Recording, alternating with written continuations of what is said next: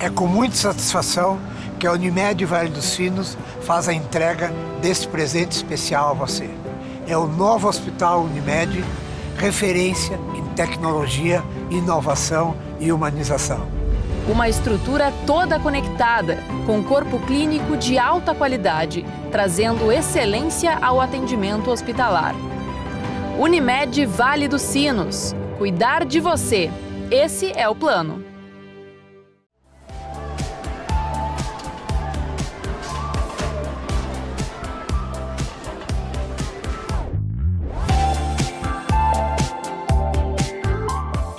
Olá, boa noite, tudo bem? Estamos iniciando mais um programa Pergunte ao Doutor, apresentado por mim, Rodrigo Baiocchi, aqui na nossa Vale TV, para todos os canais 6 e 14 da NET e nas plataformas digitais. Hoje à noite, no programa, eu trago um convidado especial, meu amigo, meu médico também, colega de cirurgias que já participamos juntos, o neurocirurgião Leandro Infantini Dini. Como o currículo dele é tão extenso, eu anotei aqui um resumo, porque se fosse começar a ler o currículo dele, eu precisava de 3, 4 folhas de ofício para nós começar a ler e acabar o programa, eu estava falando do currículo dele. Então, Leandro Dini é neurocirurgião, foi ou é do Grupo Hospitalar Conceição, atuou mais de 20 anos, então é mestre de neurociências pela PUC, tem certificação na área da dor pela Associação Médica Brasileira e tem mais uma outra associação lá internacional que ele também é membro, né? Ele fez fellowship no Canadá, em dor, nos Estados Unidos e na Alemanha. Ele já foi professor do curso de medicina da Fevale e foi responsável técnico por um serviço de complexidade em neurocirurgia da região aqui do Vale dos Sinos, onde também ele é criador, né, do programa de residência de neurocirurgia. Exato. E onde, inclusive, tu foste lá voluntariamente ajudar. A gente até pode comentar sobre isso. Então, esse é o Leandro Dini, se apresenta, a câmera já está para ti ali. Boa noite, pessoal. Um prazer. Muito bem. Gente, eu trouxe o Leandro hoje aqui para falar não sobre tumores na cabeça, que as pessoas sempre pensam em coisas graves, em câncer, em morte e limitações. Não. Hoje nós vamos falar sobre um assunto que na medicina talvez ele seja pouco estudado, pouco reconhecido por alguns médicos ou até mesmo por uma maioria, que é a dor. Nós vamos falar sobre dor. Como eu tenho uma especialização na dor, nós não vamos trazer aquele fato de falar de cirurgias da cabeça hoje. Hoje nós vamos falar algo mais leve, mas preocupante, porque as dores levam a quadros psiquiátricos, né? A dor leva a depressão, leva a alteração de concentração, infinidade de coisas. E a dor pode levar até mesmo ao suicídio, que é uma coisa muito grave. Então, meu amigo Leandro Dini está aqui para falar conosco hoje sobre dor. E a primeira pergunta que nos vem, então, é... Leandro, explica para o pessoal o que é dor. Bom, antes de mais nada, obrigado pelo convite, é uma satisfação estar aqui. E quero te parabenizar pela iniciativa, né? Eu acho que é um dos papéis sociais do médico, né? Da nossa profissão, instruir as pessoas a respeito da saúde, fazer um trabalho preventivo de esclarecimento e isso realmente carece no nosso meio. Então, parabéns pela iniciativa e estou sempre à disposição aí para colaborar. Conta para o nosso público, então, tá ali a câmera para ti. O que é dor, Dini? Tecnicamente falando, né, dor é conceituada como uma sensação física e emocional desagradável que é relacionada à lesão de tecido, lesão real ou em potencial, ou aquilo que se assemelha à lesão. Então, a dor, eu comparo a um sistema de alarme, né? Vamos dizer que a gente tem os sensores periféricos, né? Numa casa, por exemplo, tem a fiação, tem a tubulação da casa e lá em cima tem no telhado tem uma central escondida de alarme, uma sirene. Deveria tocar o alarme sempre que houvesse ameaça à integridade da casa, né? Um furto, uma invasão. E esse é o papel natural da dor aguda, a dor fisiológica, a dor que contribui para a gente perceber problemas e tomar providências. Eventualmente, a dor assume um caráter crônico, independente. Então, uma dor aguda maltratada, ou em algumas situações de doença crônica, que a pessoa convive muito tempo com a dor, a causa original pode se resolver, mas a dor persiste como uma entidade própria, como uma doença. que é a dor crônica. Conceitualmente, aquela dor que se estende além de 3 meses e que, dando aquele exemplo da casa do alarme, eu explico para os pacientes, é como se o sistema de alarme tivesse desregulado. Tocou tantas vezes, tocou por tanto tempo que desregulou. Está disparando por qualquer coisa ou por nada e não tem mais invasão, não tem ninguém querendo invadir essa casa, entende? Então, se torna desregulado a fiação, a tubulação ou mesmo a central do alarme, no caso do nosso Falando em alarme, cérebro. aproveitando o assunto de dor, estamos usando como exemplo a fiação do alarme. E essa dor, esse alarme tocando por muito tempo, será que não termina a bateria um dia? Quando a Ou dor... seja, a pessoa acostumar com aquilo como se fosse do estilo de vida dela. Não, esse é um grande perigo, né? As pessoas tolerarem a dor, se acostumarem com a dor, conviverem com ela, né? Carregarem no ombro Que é como o se que fosse mais acontece, né? como se fosse um papagaio de pirata, né? E depois de muito sofrimento, de muito tempo, aí procurar ajuda, né? Isso é muito comum na enxaqueca crônica. É que a dor persistente, esse sinal frequente, ele causa um fenômeno chamado sensibilização. Então, o tecido ele fica mais reativo aos estímulos, que é a sensibilização chamada periférica, e a medula espinhal e o cérebro se tornam também alterados do ponto de vista molecular, fisiológico, que é a chamada sensibilização central. Então, há alterações, inclusive, comprovadamente anatômicas pela dor crônica. E aí, esse alarme passa a disparar sozinho e tem um agravante, né? A dor ela é também considerada um fenômeno biopsicossocial. Então, ela afeta a pessoa do ponto de vista biológico, fisicamente, afeta a pessoa do ponto de vista psicológico, né? A pessoa acaba tendo ansiedade, depressão, raiva, frustração, em alguns casos aquela sensação até de catástrofe, né? A chamada catastrofização. E, por fim, tem o impacto social, Muito. que afeta as relações, a vida pessoal, a relação sono, familiar, os hormônios. o sono, o trabalho, na autoestima. Então, a dor é um fenômeno muito complexo, né? E dinâmico, é mutável. A dor não é uma coisa estagnada. A reação, os sinais de dor no nosso corpo, eles mudam ao longo do tempo. Daí a importância de não conviver nem tolerar a dor crônica por muito tempo. Ou, por exemplo, na nossa função lá de atendimento em urgência, em cirurgia, não subestimar a dor e tratar bem a dor de um pós-operatório, por exemplo.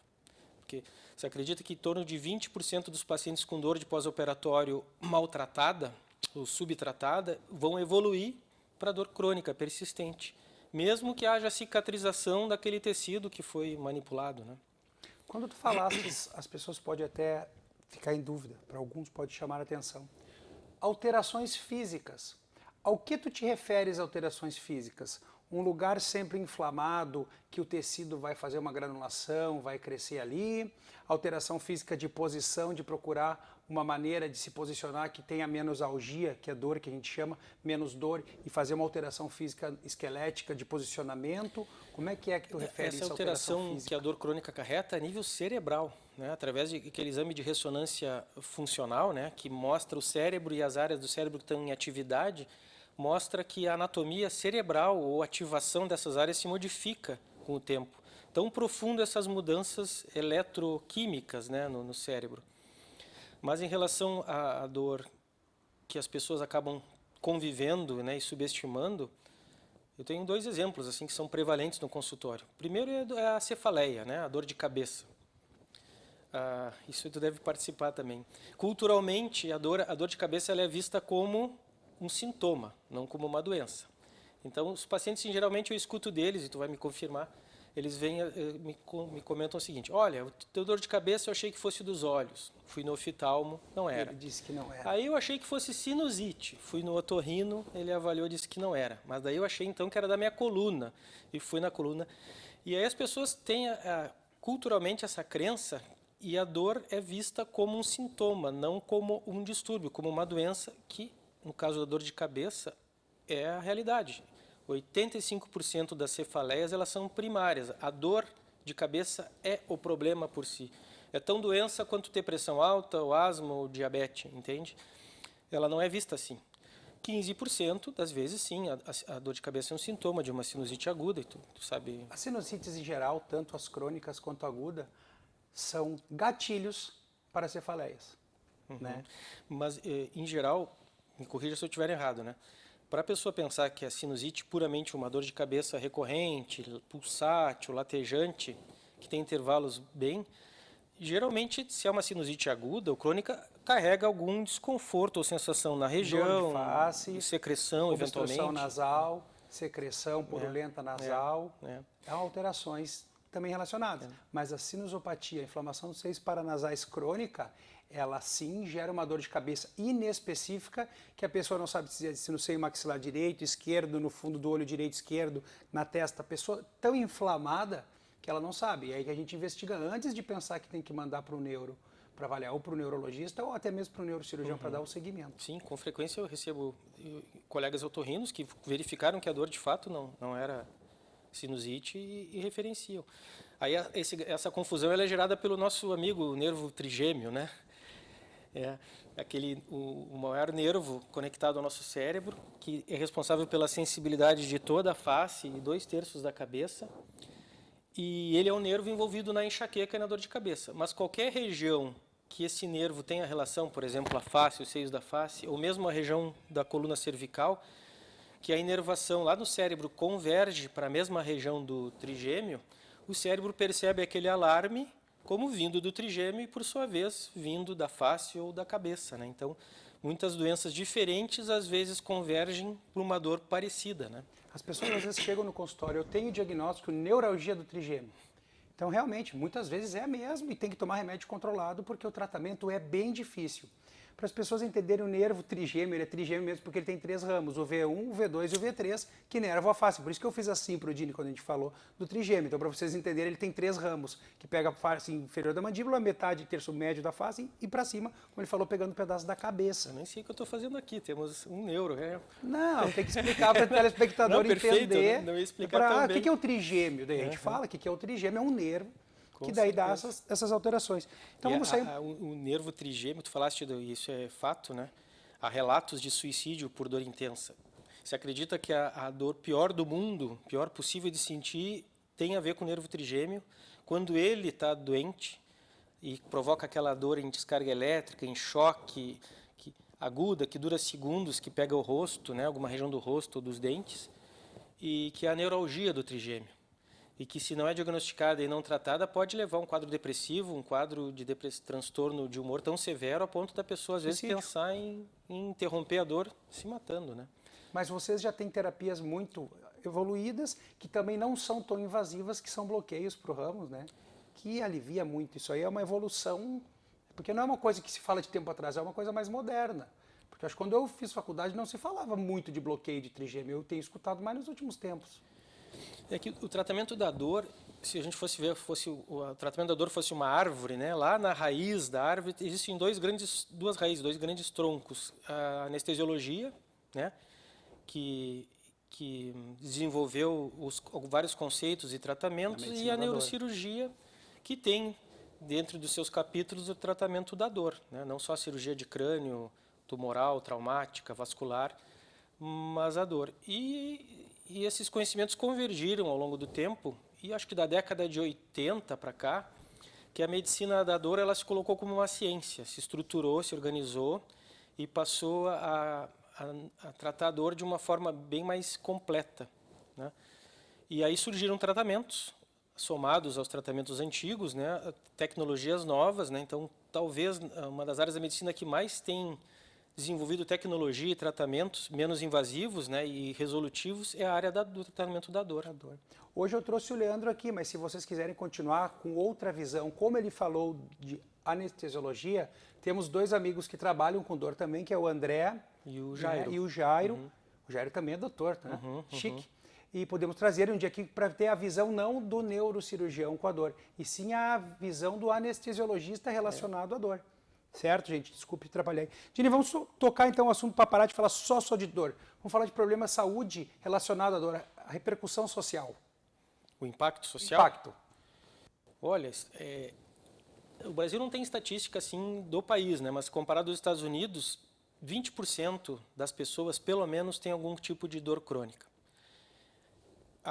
o impacto da dor, né, em absenteísmo do trabalho, em redução de produção de trabalho, se pudesse ser quantificado, esse impacto financeiro ele é maior do que doença oncológica e cardiovascular juntas, entende? Então, realmente, como está muito disseminada a dor por várias áreas, várias especialidades, fica difícil mensurar, né? Mas o impacto social, econômico, né, para um país é enorme. Então, se 20% a 30% das pessoas têm dor crônica, elas não vão ter plenitude de saúde, ou felicidade, ou prazer, ou disposição para trabalho, né? Muito bem. Dini, nós vamos entrar para o nosso comercial do nosso apoiador Master e vou levantar essa pergunta assim, será que o Japão não é um bom lugar de avaliador pelo sistema, tipo da Toyota, sistema Lean de produção e tal, que os caras têm tudo quantificado, né? Para ver como é que será que não é a dor. Gente, voltamos depois do intervalo. É com muita satisfação que a Unimed Vale dos Sinos faz a entrega deste presente especial a você. É o novo Hospital Unimed, referência em tecnologia, inovação e humanização. Uma estrutura toda conectada, com corpo clínico de alta qualidade, trazendo excelência ao atendimento hospitalar. Unimed Vale dos Sinos. Cuidar de você. Esse é o plano.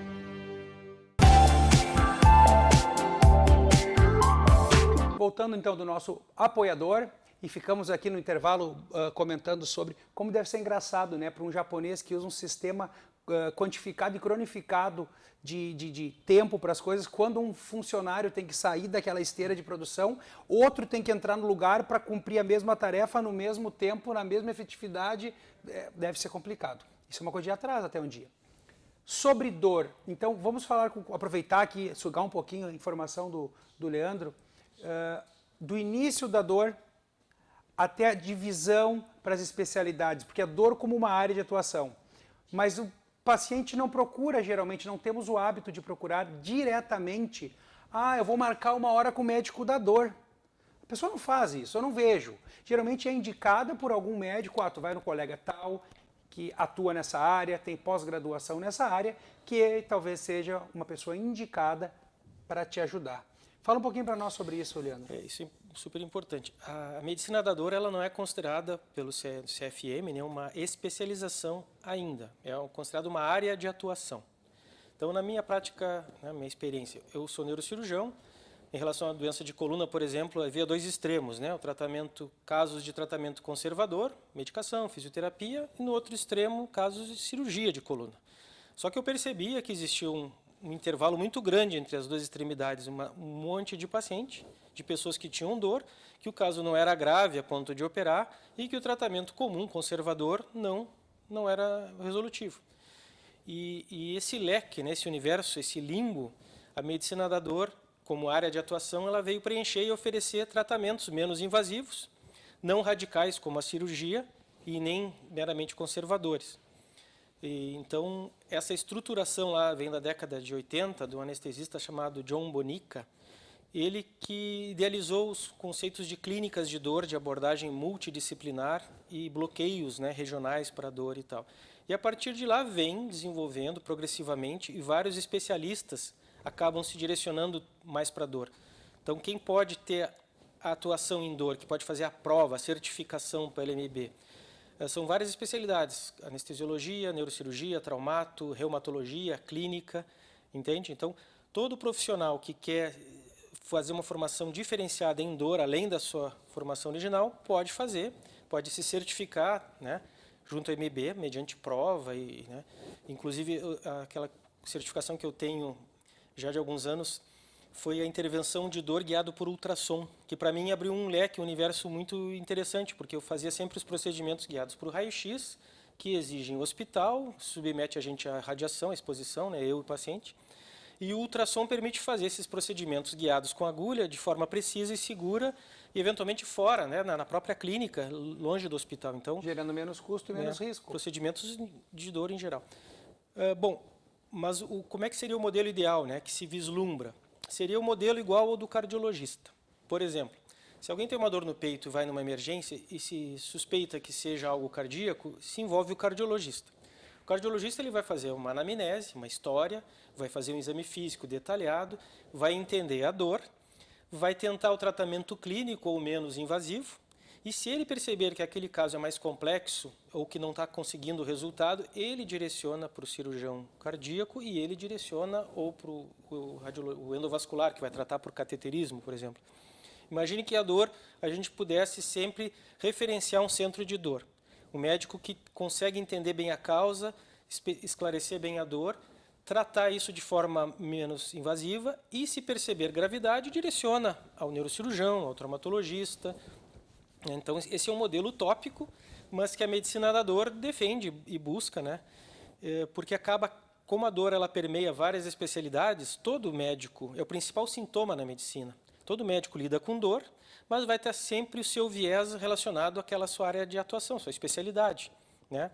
E o médico de atuação em dor acaba se exercitando e estudando para ter uma visão mais ampla do todo, né? E, claro, o tratamento ótimo da dor é o multidisciplinar. Combina profissionais médicos e não médicos que vão atuar naquele paciente e trocarem informação, né? Então, baseado nisso que a gente estruturou, alguns anos atrás, uma clínica multidisciplinar de dor. Pode falar da tua clínica. Que é a Clínica Plural. Então, a gente tem lá um time, literalmente, para situações complexas de dor, né? Dores agudas, dores crônicas, porque a gente viu que individualmente é difícil ajudar alguns pacientes com dor complexa. E lá a gente tem uma equipe, né? Então tem desde o psicólogo, que pode fazer terapia cognitivo-comportamental focada na dor, nutricionistas. Já estamos falando de tratamento agora, então. Perfeito. Falamos sobre a dor aguda, ele falou logo no início do programa sobre o tempo de dor aguda e a dor crônica. Esses são os dois tipos de dores. É uma classificação. De classificação. Uhum. Agora já automático, como a conversa flui, já estamos no tratamento. Tu já está no tratamento multidisciplinar. Então, desculpa eu ter te cortado, tu fala do multidisciplinar e vou pedir que tu voltes e dê específico tratamentos de dor na área de atuação, desde as infiltrações, que são bloqueios, cauterização, enfim. Perfeito. A dor aguda é um sintoma de uma doença. Então, todo médico na emergência vai lidar porque vai detectar a causa da dor, vai tratar a causa e elimina a dor, porque a dor é um sintoma. Na dor crônica, a dor tomou uma proporção independente, né? E o tratamento da dor crônica ele é multimodal, ele exige várias terapias associadas. Eu sempre comparo a fazer uma parede de tijolos. Se quer fazer a parede correta, tem que usar vários tijolos. Nenhum tijolo é mais importante que o outro e precisa combinar todos para ter o resultado. Então, o tratamento da dor crônica, às vezes, envolve psicoterapia, a avaliação nutricional para uso de nutracêuticos, né, que é um assunto interessante até para em outra oportunidade de debater. Uma dieta não inflamatória. Dieta não inflamatória. Fisioterapia especializada, diferenciada. Reabilitação. Técnicas de bloqueio, de analgesia para o bloqueio de nervos ou de tecido desenvolvido na dor. Estimulação magnética transcraniana, que é um tratamento para dessensibilizar diretamente o cérebro, né? Isso é algo novo, né? É algo novo que saiu da ciência básica e agora a gente usa na rotina, que a gente, indicando bem, tem ótimos resultados, né? Trata a dor crônica e dessensibilizando, trata a ansiedade e a depressão relacionadas à dor e é útil também em outras situações de reabilitação pós-AVC, depressão grave. Zumbido sem perda auditiva é uma indicação. Tem relatos, né? Inibia o giro de Heschel aqui no lobo temporal, que está hiperativo pelo som, né? Então, há relatos de benefício com zumbido. E é uma terapia que hoje tem como para se tentar, que antigamente, há poucos anos atrás, não tinha como alternativa, né? E para finalizar, assim, a medicina da dor, ela tem como pilar 3 coisas, né? São procedimentos, em geral, guiados por imagem, ultrassom, tomografia, raio-x, para a gente ter precisão e segurança. Esses procedimentos, a maioria deles são percutâneos, com agulha, e a gente se vale muito dos bloqueios testes diagnósticos, né? Porque se eu suspeito, por exemplo, que a origem da dor na coluna não é aquela hérnia que aparece no exame, mas é uma artrose, é uma dor muscular, se eu faço um bloqueio naquele local e a pessoa melhora da dor, eu confirmo, né, um bloqueio teste que, além de teste, é terapêutico. Então, é uma doença, assim, é uma área que a mim motiva muito, né? Estimula a estudar, se atualizar. Cada paciente é um universo, né? Sabe bem disso, e a gente tem que tentar ter uma visão. Cada pessoa é um universo. Cada pessoa, né? Que tem a sua bagagem, né? Inclusive a dor, ela traz isso, né? A dor traz, como tem um caráter afetivo e reacional, o nosso passado, a nossa religiosidade, nossas experiências prévias, até a nossa infância influencia na dor de cada um, né? Se a gente se machuca aqui no mesmo local, do mesmo jeito, a gente vai sentir e reagir de forma diferente. Cada né? vez diferente, né? Podemos fazer, então, uma relação da dor diretamente com a neurocirurgia, então, não como área de atuação. Uma relação que tu possas aproveitar a tua área que tu tem extra de atuação, que é a dor, com a tua especialidade mesmo, que é ser neurocirurgião, que aborda, que abre cabeça, enfim. Obrigado pela pergunta, é muito interessante falar a respeito. A neurocirurgia sempre lidou com dor, mas de forma mais complexa. Por exemplo, um tumor, uma fratura de coluna, uma cirurgia complexa relacionada, ou uma lesão no crânio que cause dor, uma cirurgia. Mas tem um capítulo da neurocirurgia que a gente tenta fazer uma neuromodulação. Então, por exemplo, se o paciente tem uma dor crônica, que de um membro, de um segmento, a gente pode colocar um eletrodo junto da medula. Esse eletrodo cria uma corrente elétrica que bloqueia a passagem elétrica do estímulo de dor e é implantado na pessoa um pequeno gerador, como se fosse um marca-passo de impulsos diretos sobre a medula para bloquear a dor. É a neuromodulação medular. Existem cirurgias que se pode excepcionais, né, mas que se pode colocar eletrodos sobre a meninge que cobre o cérebro, para também, da mesma forma, por estímulo elétrico, interromper a recepção do cérebro da dor, do estímulo doloroso. Existem cirurgias... Tem um feedback negativo? Porque o tálamo, que é um centro de dor, ele ativa o córtex que interpreta a dor. A gente conscientiza a dor muito na área da córtex, da superfície cerebral. Então, fazendo o estímulo elétrico do córtex, a gente tem o efeito contrário de inibir o tálamo, onde chegam os impulsos dolorosos, como se a gente criasse uma barreira ou fechasse uma porta, né? E existem as cirurgias ablativas, né? Nesse ponto que tu falas, é importante lembrar, é mais ou menos aí que entra também a atuação dos analgésicos. Os analgésicos, o tratamento da dor, a gente tem... Só que eles têm um tempo curto, mas não é por aí, ele entra para bloquear esse... Tem várias etapas que a gente pode tentar tipos. bloquear a dor. A gente pode usar o anti-inflamatório para a dor do tecido. A gente pode fazer bloqueios analgésicos em nervos com anestésicos para tratar o nervo que traz a informação. A gente pode fazer tratamento sobre a medula através de bloqueios peridurais, né, muito usado em hérnia de disco, e eletrodos para interromper a tubulação, o sinal que sobe pela tubulação, né, Sim. comparado à medula. E tratamentos que podem agir direto, Mas eu falo medicamentos, isso, inclusive. Analgésico via oral, ou mesmo injetável. Analgésicos e anti-inflamatórios são ótimos para dores agudas ou agudização piora em pacientes com dor crônica. Tem que se cuidar para não abusar de analgésico e anti-inflamatório, porque os anti-inflamatórios, por exemplo, trazem risco ao estômago e ao rim. E os outros analgésicos, eles podem perpetuar a dor. É muito comum, por exemplo, pacientes com dor de cabeça que se automedicam e abusam de analgésico. E existe, inclusive, a cefaleia causada por abuso de analgésico. Tini, é incrível como o tempo passa. Pessoal, eu vou deixar aqui, ó, nosso tempo já está esgotando, o nosso programa de hoje está voando. Tu vê que o assunto é extenso, é complexo e é interessante. Antes de terminar o programa e deixar as considerações do Leandro, do meu colega Leandro Dini, eu quero que você fique atento sobre o sintoma de dor. Procure um médico, que ele, dentro da sua experiência, vai conseguir lhe direcionar para um melhor tratamento, se precisar para algum outro colega de especialidade, incluso quem faça a atuação da medicina da dor. Dini, por favor, eu te agradeço de coração, deixa as tuas considerações aí, os teus arroba para te seguirem e a câmera é toda tua. Perfeito. Só comentando, eu e o Rodrigo, a gente atua eventualmente junto na cirurgia, em algumas cirurgias de base de crânio que envolvem a glândula hipófise, tumores, porque os otorrinos, né, o Rodrigo e o colega Eduardo, eles nos dão muitas vezes o acesso por câmera até a base do crânio para que a gente alcance a região do tumor. Então é uma satisfação quando a gente consegue trabalhar junto, né? Sobre a dor, a mensagem que eu deixo é o seguinte: não convivam com dor. A dor crônica, quanto mais tempo se sente ela, mais difícil de se livrar dela. Então, não tolerem a dor crônica, procurem ajuda e muita atenção para aquela dor que surgiu, que é nova, que tem um caráter persistente, que tem um caráter progressivo, que surge mesmo em repouso e qualquer outro sintoma associado também novo que associa a dor é um sinal de alerta e não se deve subestimar a dor e toda dor tem algum tratamento. Deixa teu arroba aí para nós terminarmos.